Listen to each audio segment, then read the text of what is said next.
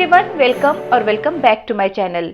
दोस्तों, आज के इस वीडियो में हम सुप्रीम कोर्ट ऑफ इंडिया के लेटेस्ट जजमेंट को डिस्कस करने वाले हैं, जिसमें सुप्रीम कोर्ट ऑफ इंडिया ने चेक बाउंस के रिगार्डिंग कुछ इंपॉर्टेंट गाइडलाइंस को जारी किया है। 25 सितंबर 2025 का ये रिसेंट जजमेंट है। दोस्तों, ये जजमेंट काफ़ी इंपॉर्टेंट जजमेंट है। इस जजमेंट की गाइडलाइंस को हम स्टेप बाय स्टेप जानेंगे आज के इस वीडियो में, तो ये वीडियो को स्किप बिल्कुल भी मत कीजिएगा, अंत तक बने रहिएगा। अगर आप एक एडवोकेट है या फिर आप एक लॉ स्टूडेंट है या जुडिशरी एस्पिरेंट है, तो भी ये वीडियो आपके लिए काफ़ी इंपॉर्टेंट होने वाली है। और अगर आप आम भारतीय नागरिक हैं, तब भी ये वीडियो आपके लिए काफ़ी इंपॉर्टेंट होने वाली है। वीडियो में अंत तक बने रहिएगा। बढ़ते हैं आज के इस वीडियो की ओर। सबसे पहले हम इस केस का नाम जान लेते हैं जिसमें ये गाइडलाइन को जारी किया गया है। केस का नाम है Sanjabij Tari versus Kishore Borkar and another. इस जजमेंट के माध्यम से सुप्रीम कोर्ट ने नई गाइडलाइंस को जारी किया है। कोर्ट का कहना है कि ये देखने में आ रहा है कि 138 एनआई एक्ट की जो पेंडेंसी है वो बढ़ती ही जा रही है, इनका बैकलॉग बढ़ते ही जा रहा है दिन ब दिन। तो इसको किस तरह से रिड्यूस किया जा सकता है, ये विचारपूर्वक इन गाइडलाइंस को जारी किया गया है इस जजमेंट के थ्रू।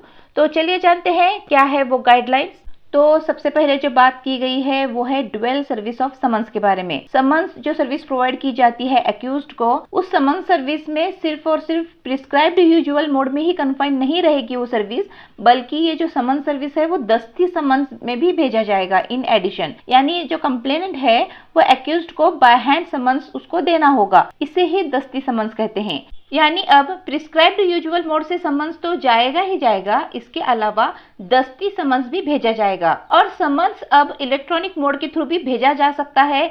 अब ये लीगली वैलिड हो चुका है।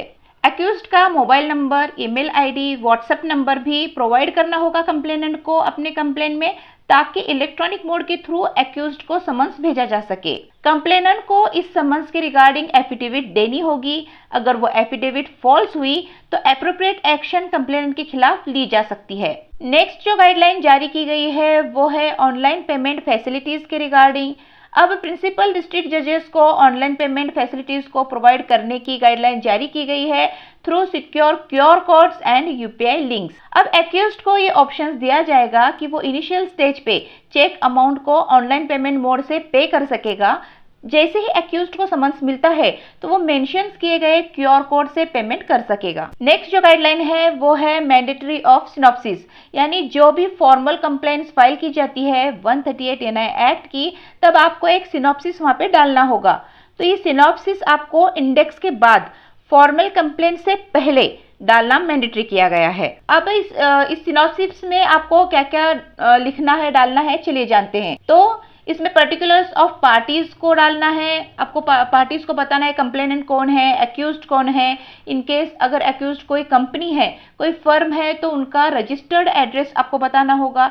अगर एक्यूज्ड कोई मैनेजिंग डायरेक्टर है या पार्टनर है या कोई सिग्नेटरी है, तब भी आपको उसका नाम बताना मैंडेटरी होगा। इसके बाद चेक डिटेल्स लिखने हैं, जैसे कि चेक नंबर, उसकी date, amount of the cheque, bank branch क्या है, चेक जो डाला है बैंक की, अकाउंट नंबर बताना है। इसके बाद चेक कब डिसऑनर हुआ, date of prescription, date of return और dishonour memo, bank where the cheque dishonoured, reason for dishonour, कौन से कारण की वजह से चेक डिसऑनर हुआ, ये सब आपको बताना मैंडेटरी होगा। इसके बाद आपको statutory notice, date of notice, mode of service, date of dispatch, tracking number, proof of delivery and date of delivery, whether notice served और इफ नॉट उसका रीजन भी बताना होगा अगर नोटिस सर्व नहीं हुई है, रिप्लाई टू द लीगल और demand notice if any mention करना होगा। ये सब चीजें आपको कॉज ऑफ एक्शन कब हुआ वो मेंशन करना होगा। Jurisdiction invoked under section 142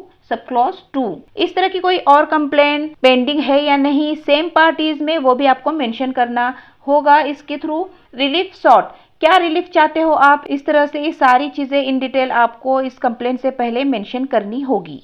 supreme court ने दिल्ली हाई कोर्ट के जजमेंट को भी रेफर किया, जिसका नाम है Rajesh Agarwal versus state and another. 2010 का ये मामला था, जिसमें ट्रायल कोर्ट एक्यूज्ड को कुछ क्वेश्चन पूछ सकती है, जैसे कि ये चेक आपका है या नहीं, इस चेक में आपकी सिग्नेचर है या नहीं, या इस तरह का चेक आपने कंप्लेनेंट को डिलीवर किया था या नहीं, क्या आप एडमिट करते हैं कि आप लायबिलिटी को ओव्ड करते हो या नहीं, और अगर आप लायबिलिटी को डिनाई करते हैं तो आपको अपने डिफेंस को क्लियरली बताना होगा। इन सभी क्वेश्चंस के रिस्पॉन्सेस को ट्रायल कोर्ट ऑर्डर शीट में रिकॉर्ड करेगी। सेक्शन 143A का ये जो इंटरिम डिपॉजिट का प्रोविजन बताया गया है उसको अप्लाई किया जाएगा या नया एक्ट के थ्रू ट्रायल कोर्ट को इस तरह की पावर दी गई है।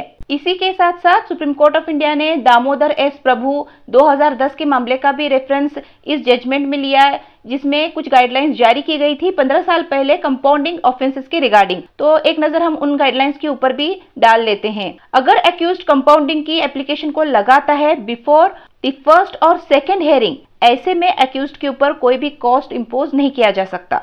और अगर एक्यूज्ड कंपाउंडिंग की एप्लीकेशन को सब्सिक्वेंट स्टेज पे लगाता था तो ऐसे में एक्यूज्ड को 10% ऑफ कॉस्ट की जो चेक अमाउंट है उस पे उसको देना होता था। इस तरह से अगर इस एप्लीकेशन को एक्यूज्ड रिवीजन और अपील के स्टेज में सेशन कोर्ट या हाई कोर्ट में लगाता था तो ऐसे में एक्यूज्ड को 15% ऑफ चेक अमाउंट की कॉस्ट देनी होती थी। और अगर इस तरह की कोई एप्लीकेशन सुप्रीम कोर्ट में लगाई जाती थी तो उस पे चेक अमाउंट के ऊपर 20% तक की कॉस्ट लगाई जा सकती थी एक्यूज्ड के ऊपर। तो सुप्रीम कोर्ट का इस पे कहना था जो दामोदर एस प्रभु के मामले में जो कॉस्ट इम्पोज करके रखी गई थी एक्यूज्ड के ऊपर, उस पे अब रिविजिट और ट्वैक करने का समय आ गया है, छोटे मोटे बदलाव करने का समय अब आ गया है। अब अगर एक्यूज्ड डिफेंस एविडेंस के रिकॉर्ड करने से पहले चेक अमाउंट को पे कर देता है तो उस मामले को कंपाउंड किया जाएगा, एक्यूज्ड के ऊपर कोई भी कॉस्ट और पेनल्टी नहीं लगेगी। और अगर एक्यूज्ड ने एविडेंस रिकॉर्डिंग के बाद बिफोर जजमेंट चेक अमाउंट को जमा किया लीगल सर्विसेज अथॉरिटी के पास या फिर किसी दूसरे अथॉरिटी के पास, ऐसे में 5% एडिशनल अमाउंट एक्यूज्ड को पे करना होगा। और अगर एक्यूज्ड ने रिवीजन या फिर अपील में सेशन कोर्ट या फिर हाई कोर्ट के समक्ष ऐसी कोई चेक अमाउंट को डिपॉजिट कराता है तो एक्यूज्ड को 7.5% का एडिशनल अमाउंट पे करना होगा एज एन कॉस्ट और पेनल्टी। और अगर सुप्रीम कोर्ट के सामने एक्यूज्ड इस अमाउंट को जमा कराता है तो एक्यूज्ड को 10% एडिशनल अमाउंट पे करनी होगी एज एन कॉस्ट। इस तरह से जो दामोदर प्रभु के मामले में एक्यूज्ड के ऊपर जो कॉस्ट इम्पोज की जाती थी उसको रिड्यूस किया गया है ताकि चेक बाउंस की पेंडेंसी को खत्म किया जा सके। इस तरह के मामलों को कंपाउंडिंग मेथड से ही रिजॉल्व करने के ऊपर जोर दिया गया है इस गाइडलाइन के थ्रू। तो ये थी सुप्रीम कोर्ट की न्यू गाइडलाइन चेक बाउंस के रिगार्डिंग। इस जजमेंट की लिंक आपको डिस्क्रिप्शन में प्रोवाइड की जा रही है, जरूर चेकआउट कीजिएगा। वीडियो अगर इन्फॉर्मेटिव और नॉलेजेबल लगी है तो इसे लाइक कीजिए, अपने फ्रेंड्स और फैमिली के साथ जरूर शेयर कीजिएगा और चैनल पर अगर नए हैं तो चैनल को सब्सक्राइब करना ना भूले। हम मिलते हैं ऐसे ही नॉलेजेबल और इन्फॉर्मेटिव वीडियोस के साथ, तब तक के लिए stay healthy, stay happy, bye bye.